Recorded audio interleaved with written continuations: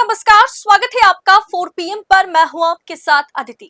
142 सीटों ने मोदी शाह की नींदें उड़ा के रख दी, क्योंकि इन 142 सीटों पर, जिसे ना हार्ट ऑफ मतलब वेस्ट बंगाल माना जाता है, हार्ट ऑफ बंगाल माना जाता है, उन तमाम विधानसभा सीटों पर ममता की पकड़ इतनी ज्यादा है कि मैदान में मोदी जी को ममता के खिलाफ उतरना पड़ा। 142 सीटें जिस पार्टी के पास होंगी, सरकार वो बनाएगी। सबसे पहले दोस्तों ये मैप देखिए। दोस्तों आपके स्क्रीन पर ये मैप है, जहां आप साफ तौर पर देख पा रहे हैं कि फेज 1 में 152 सीटों पर चुनाव हुए। जहां 2021 चुनावी नतीजों की बात की जाए तो वहां पर लगभग भारतीय जनता पार्टी जो है वो 59 सीटें जीती थी और टीएमसी 92 सीटें। अगर मैप में देखेंगे तो यहां पर आपको सैफरन रंग और ग्रीन दोनों आपको दिखाई देंगी। लेकिन वहीं अगर आप फेज 2 में आएंगे, जहां 142 सीटों पर 29 अप्रैल को मतदान किया जाएगा, उस 142 सीटों में 2021 नतीजे पर अगर हम गौर करें तो भारतीय जनता पार्टी महज 142 में से सिर्फ और सिर्फ 18 सीटें जीती थी। और तृणमूल कांग्रेस ने क्या शानदार प्रदर्शन किया था और 142 में से 123 सीटें टीएमसी के खाते में गई थी और भारतीय जनता पार्टी महज 18 सीटें जीत पाई थी। और यहां पर आप देखेंगे मैप को, तो यहां पर आपको सैफरन बहुत कम और हर जगह ग्रीन कलर जो है वो नजर या वो दिखाई दे रही है। वहीं फेज 1 152 सीटों पर दोनों लगभग एक 60 के आसपास, एक 90 के 92 के आसपास। लेकिन अगर फेज 2 की बात की जाए 29 अप्रैल को, जहां मतदान 142 सीटों पर होने हैं, जहां हुगली है, हावड़ा है, कोलकाता है, ऐसे तमाम इलाके शामिल हैं जहां ममता बनर्जी की पकड़ के आगे किसी की नहीं चलती है। और दोस्तों इसीलिए इन तमाम सीटों पर मोदी जी जो है वो ममता के खिलाफ चुनावी प्रचार में उतरे हैं।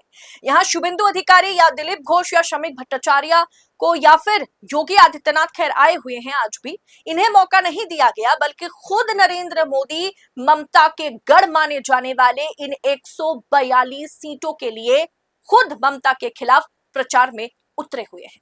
लेकिन दोस्तों इन 142 सीटों पर, मतलब 152 सीटों पर पहले चरण में तो मतदान खत्म हुआ। 29 अप्रैल को इन 142 सीटों पर मतदान होना बाकी है।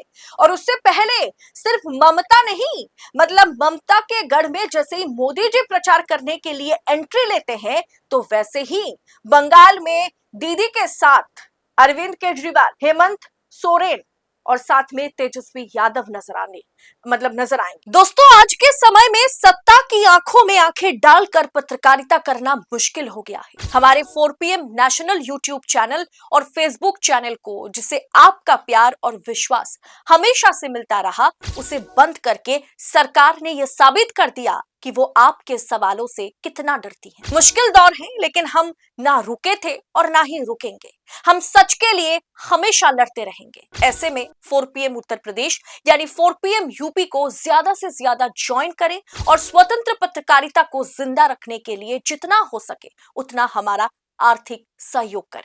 आपके सहयोग से ये जंग हम जीत कर रहेंगे। खैर आज बंगाल में विपक्ष का शक्ति प्रदर्शन जो है वो शुरू हो गया है। ममता के समर्थन में प्रचार में उतरे हैं अरविंद केजरीवाल, हेमंत सोरेन और तेजस्वी यादव। पश्चिम बंगाल विधानसभा चुनाव के दूसरे और अंतिम चरण के लिए 29 अप्रैल को मतदान होगा और इस आखिरी दंगल को जीतने के लिए ममता बनर्जी ने अब अपनी इंडिया गठबंधन की सेना को मैदान में उतार दिया है। दरअसल मैंने पहले भी आपको बताया था कि खुद ममता बनर्जी ने किसी को इनवाइट नहीं किया, सबने कॉल कर करके ममता बनर्जी हम आपके लिए आना चाहते हैं, आपको मदद करना चाहते हैं, आपके लिए चुनावी प्रचार करना चाहते हैं। इसके लिए ममता बनर्जी के पास कई लोगों ने, कई बड़े दिग्गजों ने कॉल किया था। उसमें तेजस्वी यादव ने खुद कहा था कि दीदी बताइए कब हमको आना है।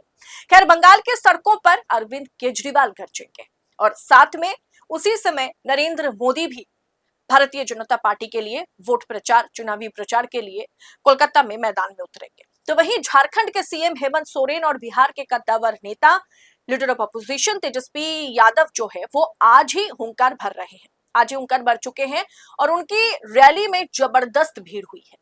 क्या बीजेपी विरोधी इन दिग्गजों के आने से बंगाल का चुनावी समीकरण बदल सकता है? खैर, 142 सीटें, जैसे मैंने आपको बतलाया ना कि 2021 में या उससे पहले के चुनाव में भारतीय जनता पार्टी का सुपड़ा साफ यहां पर ममता बनर्जी की पार्टी ने कर दिया था।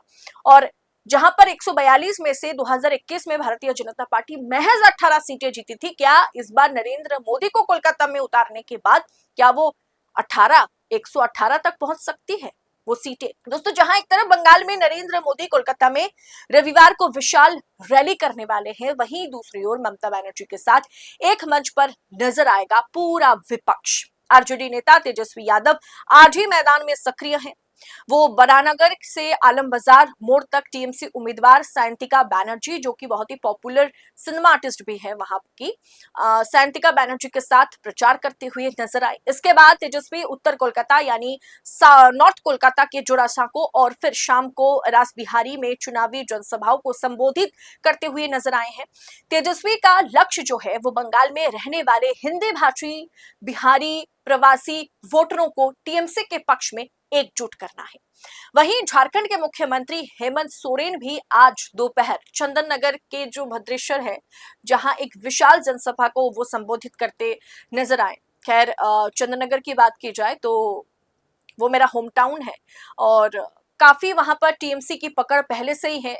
इंद्रनील सेन जो है बहुत मशहूर गायक हैं, वो चंदन नगर से विधायक हैं, उस इलाके से विधायक है। और श्रीरामपुर से कल्याण बैनर्जी, जिन्हें आप अक्सर संसद में सुनते हैं, जो ताबड़तोड़ भाषण देते हैं, सरकार की पोल पट्टी खोल देते हैं, वो उस इलाके से मेंबर ऑफ पार्लियामेंट है। यानी वो क्षेत्र जो है पूरी तरीके से टीएमसी का क्षेत्र है। मैंने कहा ना, 142 में से ज्यादातर सीटें तो टीएमसी की ही हैं। इसके बाद दोस्तों वे वेलटाउन मैदान में भी रैली करेंगे। हेमंत सोरेन के आने से आदिवासी बहुल क्षेत्र में टीएमसी को बड़ी मजबूती मिलने की उम्मीद जताई जा रही है। दोनों के सभाओं में जबरदस्त भीड़ हुई है, चाहे तेजस्वी की बात करें चाहे हेमंत सोरेन की बात करें। और कल यानी रविवार को आम आदमी पार्टी के सुप्रीमो अरविंद केजरीवाल बंगाल पहुंच रहे हैं। वो बालीगंज में टीएमसी उम्मीदवार शोभन देव चट्टोपाध्याय के समर्थन में गुरु रविदास पार्क के पीछे एक बड़ी जनसभा को संबोधित करेंगे। खबर यह है कि 26 और 27 अप्रैल को कई रैलियां वो पश्चिम बंगाल में रहकर करेंगे ममता बनर्जी के साथ।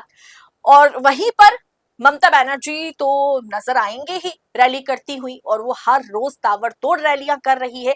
और उसी कोलकाता में, उसी भवानीपुर में, जहां से ममता बनर्जी उम्मीदवार है और ममता बनर्जी के खिलाफ फिर से शुभेंदु अधिकारी चुनाव लड़ते हुए नजर आ रहे हैं, तो शुभेंदु अधिकारी के लिए नरेंद्र मोदी रविवार को मैदान में उतरेंगे। यानी कल ऐतिहासिक दिन होगा कोलकाता वासियों के लिए, पूरे के पूरे देश के लिए, जहां नरेंद्र मोदी और ममता की रैली लगभग एक ही जगह से गुजरती हुई नजर आएंगी। लेकिन हाँ, ममता के सपोर्ट में विपक्षी नेता एकजुट नजर आ रहे हैं, क्योंकि ये वो 142 सीटें हैं जिन्होंने पिछले बार नरेंद्र मोदी और अमित शाह की नींदें उड़ा के रख दी थी। और इस बार क्या वो 18 से ज्यादा सीटें भाजपा ला पाएंगे? इसीलिए मैं नरेंद्र मोदी को मैदान में उतारा जा रहा है।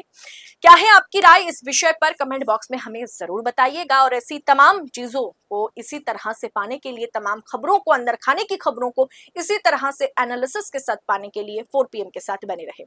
इस रिपोर्ट में इतना ही। जल्द होगी आपसे मुलाकात। बहुत बहुत शुक्रिया आपका। जय हिंद, जय भारत।